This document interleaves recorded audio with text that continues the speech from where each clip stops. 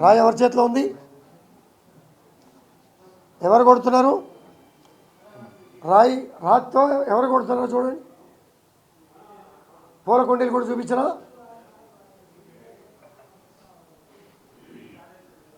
వాస్తవాలు చూడండి, పూల కుండీలతో ఎలా కొడుతున్నారు. మీ విజువల్స్తో ఉన్నాయి, నా దగ్గర ఆధారాలు ఉన్నాయి. వాళ్ళు కేసు పెడితే, ఒక ఫేక్ కేసు పెడితే తీసుకున్నారు. వాస్తవంగా డాక్యుమెంట్ ఎవిడెన్స్తో కేసు పెడితే తీసుకోలే. పోలీస్ ఎవరికి సపోర్ట్ ఇచ్చింది? ఎవరిని నిర్బంధించింది? 50 మంది పోలీస్ సపోర్ట్ ఎవరికి ఇచ్చింది ఇంటికాడ అనేది కూడా వాస్తవాలు తెలుసుకోండి. వాస్తవాలకు ఎప్పుడైనా కూడా నిలబడతా. ఇటువంటి అనైతిక శక్తులని 10 సంవత్సరాలు డిసిప్లైన్గా కేసీఆర్ గారు ముఖ్యమంత్రిగా, గౌరవ శాసనసభ్యుడిగా గౌరవంగా నడిపా. నా మిత్రులు శ్రేయభిలాషల్ని ఇలా మాట్లాడతావా గాంధీ అనే బాధపడే విధంగా ఎందుకు మాట్లాడాల్సి వచ్చిందో కూడా అర్థం చేసుకోండి మిత్రులారా. ఇటువంటి చీడపురుగుల్ని ఎప్పటికైనా ఎవళ్ళో ఒకళ్ళు ఏరివేయాలి. దానికి నేను కంకణం కట్టుకున్నా. అతని మీద ఏ కోణంలో అయినా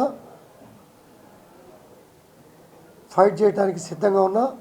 వెనకడుగేసే ప్రసక్తి లేదు. అంటే ఏ విధంగా ఉండబోతుంది సార్? ఇట్లాంటి వాళ్ళని ఏరివేయాలనుకుంటున్నారు కదా, ఎవరు ఏరివేయాలి? అది ముఖ్యమంత్రి గారు, కేసీఆర్ గారు చెప్పాలా, సీనియర్ నాయకులు చెప్పాలా.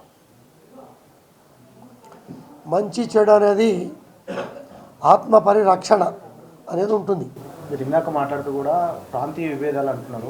ఎస్, ప్రాంతీయ విభేదాలు. కేసీఆర్ గారు ఏమన్నారు?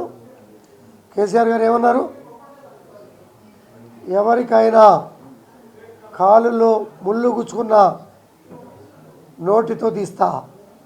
ప్రాంతీయ విభేదాలొద్దు. స్వేచ్ఛగా బతకండి, స్వేచ్ఛగా ఉద్యోగం చేసుకోండి, స్వేచ్ఛగా వ్యాపారం చేసుకోండి. 29 రాష్ట్రాల ప్రజానికం మన హైదరాబాద్లో ఉన్న విషయం మరచి భవిష్యత్తు వ్యవస్థకి, భవిష్యత్ తరాలకి విచ్ఛిన్నం చేసే మాటలు మాట్లాడితే ఎవరు చర్య తీసుకోవాలి? అధ్యక్షులు చర్య తీసుకుంటారు. అధ్యక్షులు చర్య తీసుకోకపోతే తదుపరి కార్యాచరణ అధ్యక్షులతో మాట్లాడి, సహచర శాసనసభ్యులతో మాట్లాడి మేము ముందుకు ఒక అడిగేస్తాం. బీఆర్ఎస్ సహచరులా, మీకు కాంగ్రెస్ సహచరులా, ఎవరితో మీకు ఏ పార్టీ ఇప్పుడు సపోర్ట్ అంటున్నారు? నేను కేసీఆర్ గారితో మాట్లాడుతుంటే మళ్ళీ మీరు కొంటి క్వశ్చన్ ఇస్తారు. క్లారిటీ నేను క్లారిటీగా చెప్పాను.